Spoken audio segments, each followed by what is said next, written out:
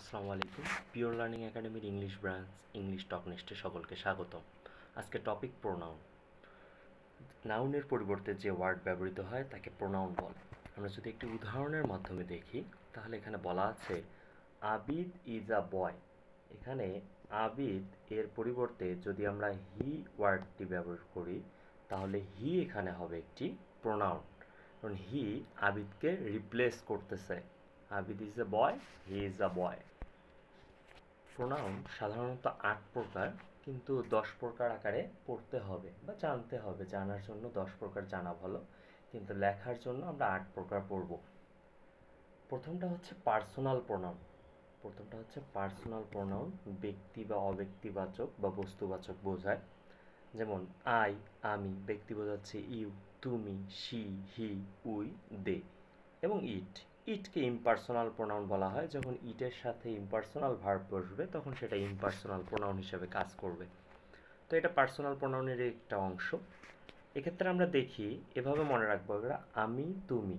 সে দুই রকমের হয়, ছেলের একটা সে, মেয়ের একটা সে। শি, হি। সবাই মিলে কি হয়? আমরা, উই। আমরার পরে ওইদিকে যারা থাকবে তারা হচ্ছে তারা, দে। তাহলে এভাবে আমরা এই ৬টা জিনিস মনে রাখবো। এবং ইট হচ্ছে ইমপার্সোনাল প্রোনাউন। ২ নম্বরে আছে ডেমনস্ট্রেটিভ প্রোনাউন। ব্যক্তি বা বস্তুর পরিবর্তে বসে ওই বস্তুকে নির্দেশ করে। মানে যে কোনো ধরনের ব্যক্তি বা বস্তুর পরিবর্তে বসবে, আবার ওই ব্যক্তিটাকেই বা ওই বস্তুটাকেই নির্দেশ করবে। যেমন এখানে দেওয়া আছে দিস, দ্যাট, দোজ, সাস। এগুলোর ব্যবহার আমরা অ্যাডভান্স লেভেলে শিখব। জেনারেলি দিস এবং দিস এই দুটো প্রেজেন্ট টেন্সে ব্যবহার হয়। দ্যাট এবং দোজ পাস্ট টেন্সে ব্যবহার হয়। এরপর আছে ডিস্ট্রিবিউটিভ প্রোনাউন। ডিস্ট্রিবিউটিভ প্রোনাউন হচ্ছে দুই বা ততোধিক ব্যক্তি বা বস্তুর মধ্যে প্রত্যেককে পৃথকভাবে প্রকাশ করে। প্রত্যেককে এই পৃথকভাবে কথাটা খুবই গুরুত্বপূর্ণ।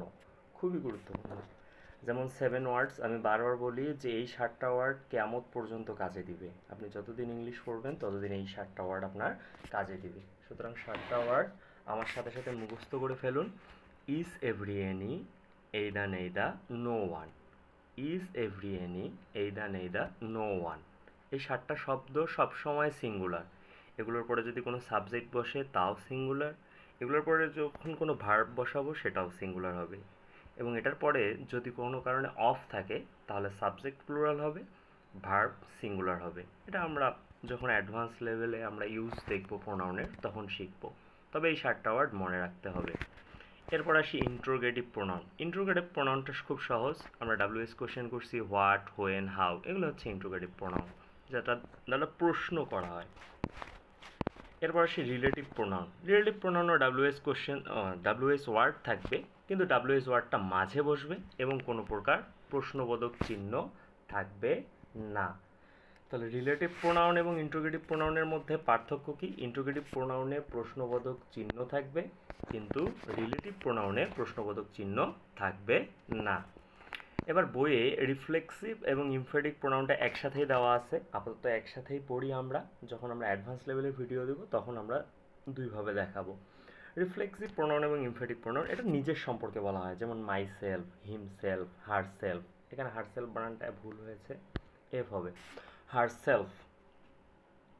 তাহলে নিজের সম্বন্ধে যখন বলা হবে তখন। এরপর আসি রেসিপ্রোকাল। এটা খুবই ইম্পর্টেন্ট, এটা মনে রাখবেন। যেগুলো কালার করা আছে এই জিনিসগুলো একটু বেশি বেশি মনে রাখবেন। এগুলো আপনাদের বোর্ড বইয়ের সাথে সংযুক্ত। যেমন রেসিপ্রোকাল প্রোনাউনটা পারস্পরিক ক্রিয়া বোঝায়। দুই বা ততোধিক ব্যক্তির মধ্যে পরস্পরকে বোঝাবে, যে পরস্পরই কাজটা করতে পারে, বা পরস্পরের মধ্যে দ্বন্দ্ব, পরস্পরের মধ্যে ভালোবাসা, বিচ্ছেদ, যে কোনো কিছু হইতে পারে। এখন কিভাবে হয় এটা? যদি দুইজন ব্যক্তি বা বস্তুর মধ্যে হয় তখন হবে ইচ আদার। যদি দুইয়ের অধিক হয় তাহলে হবে ওয়ান অ্যানাদার। তাহলে দুইজনের মধ্যে হলে ইচ আদার, আর দুইয়ের অধিক হলে ওয়ান অ্যানাদার। দুইজনের মধ্যে ভালোবাসা, বিচ্ছেদ, মারামারি, কাটাকাটি যাই হোক না কেন ইচ আদার হবে। দুইয়ের অধিক যদি হয় তাহলে ওয়ান অ্যানাদার ব্যবহার করব। ৮ নাম্বার হচ্ছে ইনডেফিনিট প্রোনাউন। এটাও খুবই ইম্পর্টেন্ট, এবার মেডিকেল ভর্তি পরীক্ষায় এসেছিল। এটাতে আমি মনে রাখার জন্য বলছিলাম সেন দ্বারা, SANE,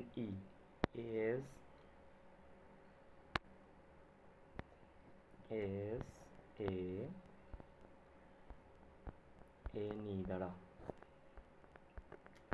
এসতে হচ্ছে সাম, এতে হচ্ছে এনি, এনতে হচ্ছে নো, ইতে হচ্ছে এভরি।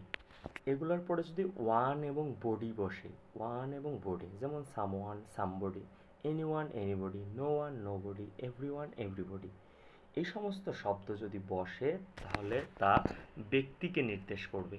আর যদি থিং বসে, সামথিং, এনিথিং, নাথিং, এভরিথিং, তাহলে সেটা অব্যক্তিকে নির্দেশ করবে।